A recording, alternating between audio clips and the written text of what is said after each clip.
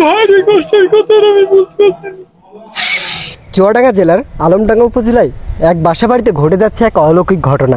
সেখানে নাকি অবিশ্বাস্যভাবে বিভিন্ন জিনিসপত্র অটোমেটিক আগুন ধরে যাচ্ছে এবং এই বাড়িতে নাকি থাকায় এখন দুষ্কর হয়ে যাচ্ছে।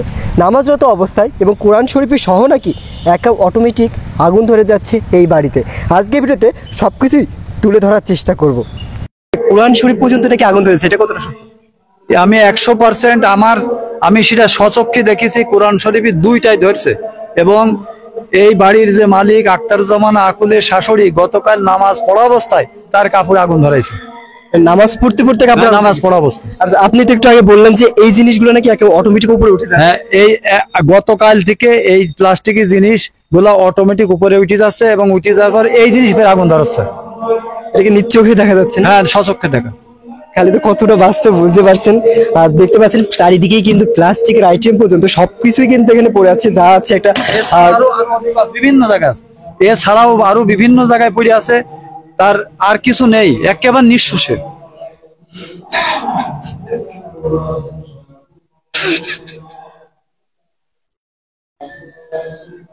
আমি আর কথা বলতে পারছি না।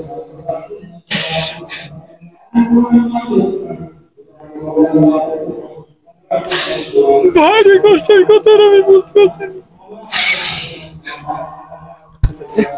মোটামুটি অবিশ্বাস্য ঘটনা ঘটছে। কোন বিল্ডিংটা যদি বলতে? এই বিল্ডিং, এর পাশাপাশি যে বিল্ডিং গুলো আছে এগুলো তো সমস্যা হচ্ছে না? না, এটা আমার ছোট ভাই আখতারুজ্জামান আকুল, বিএসসি শিক্ষক, হারদি মাধ্যমিক বিদ্যালয়। এটা আমার ছোট ভাই। মোটামুটি কি কি সমস্যা হচ্ছে বলতে? এটা 1 থেকে 1.5 মাস আগের থেকে এই কারেন্টের লাইনে প্রথমে মানে করে, যে সংযোগ বিচ্ছিন্ন করে 7-8 দিন করার পরে বারবার জোরে এইভাবে করতে করতে 7-8 দিন পরে এইটা হলে মোটামুটি একটু ঠিক হয়। তখন ওই নিচের লাইন দিয়ে ওই উপরে লাইন দিয়ে বেশ কিছুদিন চলছিল। তারপরে কদিন আগে এই লাইনটা আবার একটু মানে নেগেটিভ পজিটিভ এক হয়ে একটু দুর্ঘটনা ঘটে। তারপরে লাইনটা খারাপ হয়ে যায়। লাইনটা খারাপ হওয়ার পরের দিন আবার এই যে এইখানে ওই যে মিটারটা উঁচুই নিয়েছে, এইখানে লাইনটা কে বা কাহারা কেটে দেয়, ওই যে সংযোগ এই কাইটি যাওয়ার পর থেকে আর এ পর্যন্ত এর থেকে আরম্ভ করে ওদের খুলনা এবং যতগুলো অফিস আছে সবাই আসছে। আসার পরে ওই যে আর কি মেন লাইন থেকে এই মিটার পর্যন্ত এ পর্যন্ত কারেন্ট ঠিক আছে, কিন্তু কারেন্টের ওই ভিতর থেকে ঘরের মধ্যে গেলেই লাইন, বাল্ব, ফ্যান, ফ্রিজ সব পুড়ে শেষ হয়ে গেছে। এখন যে বর্তমান সমস্যা, গত বুধবার থেকে এটা প্রত্যেকটা জায়গায় আগুন হয়ে যাচ্ছে এবং তার সমস্ত কিছু পুড়ে শেষ হয়ে গেছে। বর্তমানে তো এমনিতে বাইরের লোক তো অ্যালাউ করছে না এখন, না? না, বর্তমানে বাইরের লোক আপাতত একটু কাজ চলছে, এই জন্য কাউকে অ্যালাউ করছে না। আচ্ছা, বিভিন্ন ভিডিওতে দেখলাম তো একেবারে যা প্লাস্টিক আইটেম পর্যন্ত পড়ে থাকছে।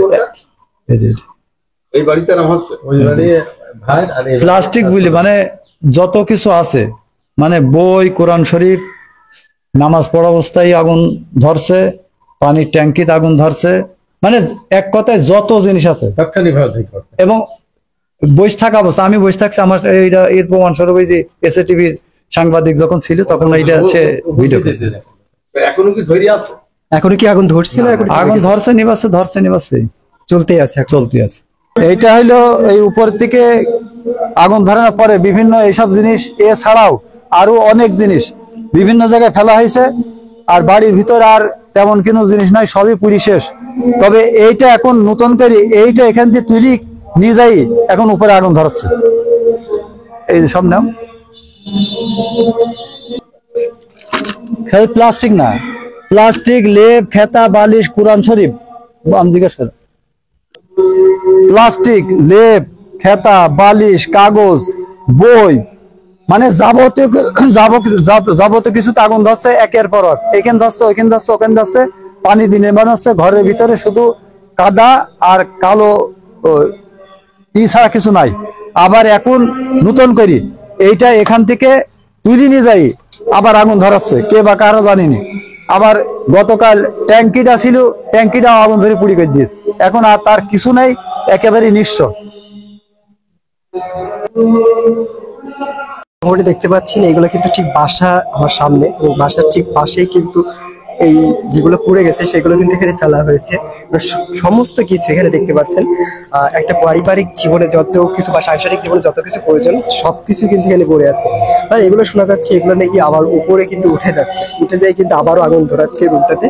তো পাশে দেখতে পাচ্ছেন বিভিন্ন আলেম ওলামা এসে কিন্তু এটার সমাধানের চেষ্টা করছেন। এখানে দেখতে পাচ্ছেন চেয়ার, আস্ত চেয়ার পরে, এবং এগুলো র্যাক, আপনার তোষক সবকিছু।